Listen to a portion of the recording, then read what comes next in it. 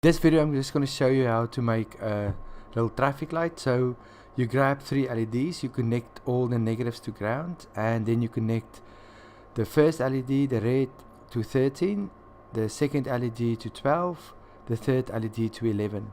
Now the built-in program will automatically flash on 13, which is the built-in LED as well, LED. So we'll have to change the code. I've already changed the code for, I'll just take these away, and then so it will open automatically with the sample program. So we'll just put control, wait 1 second. Now we have to switch pin 12 on, so I'll go to output and I'll go to that, and then you choose pin 12 to be high, control 1 second, and then you go back to output, and then we're gonna have to switch pin 12 off. So I'll just go to low there. Oh no, I've grabbed the wrong one. Remember to grab set pin too high or too low. So I'm gonna change this to 12 and change that to low. So what will happen now in the circuit is the pin 13, which is the built-in LED as well, will go on. It will wait 1 second. It will switch off on the low. Then it will wait 1 second. Then I'm going to switch 12 on. That's the high. Then I'm going to wait 1 second, and then I'm going to switch 12 off, and then we just have to switch 11 on and off. So I'm going to go output again. Remember that one, set pin 0, but then you just change it to 11 and wait 1 second, and we'll go to output, then set pin 0 to pin 11 to low, and I'll just go to low there.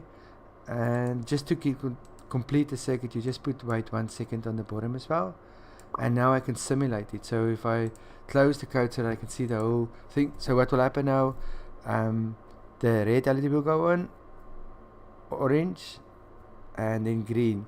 You can if you want to make it like a more like a traffic light, you can go back to your code, and we can change the times here. We can change this time to say you want the green to stay on for a little bit longer, so I'll take that 10 and make that 10 stay off for a little longer.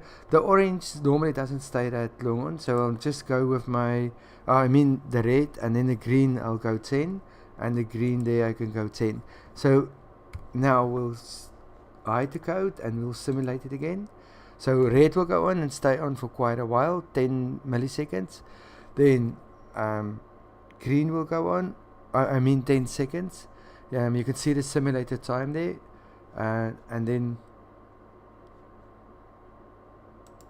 I just want to see, for some reason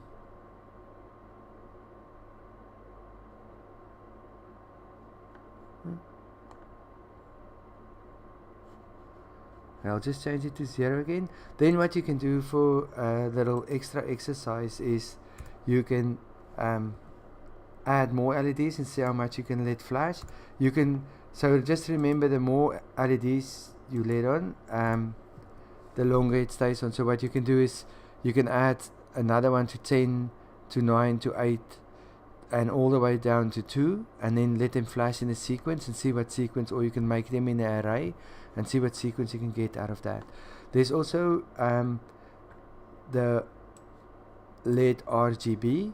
What this LED is, you find these on TVs. It's one LED that's got different colors, so it can go on a red, blue, and so on. It's got one negative, so that one, and I'll take that to say 13, and then if you put that's blue, that's green, and the other one is red. So it's one LED with one negative and separate positive. So you can see if you can let that one going. So the second leg from the left will just connect to negative, and then you can connect those to your pins as well, and just when you simulate it, have a look at what goes. So hopefully the this one, if it explodes like that, you need to add a resistor. So I'll click on the wire, I'll delete that wire, and I'll just add a 390 ohm.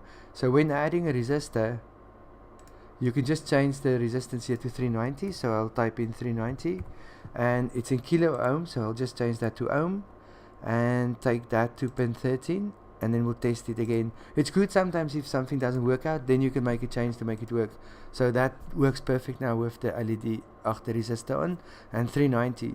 Orange will be 3, white is 9, and you'll see the color bands on it, and brown is 0. So that's just a LED that you find a little bit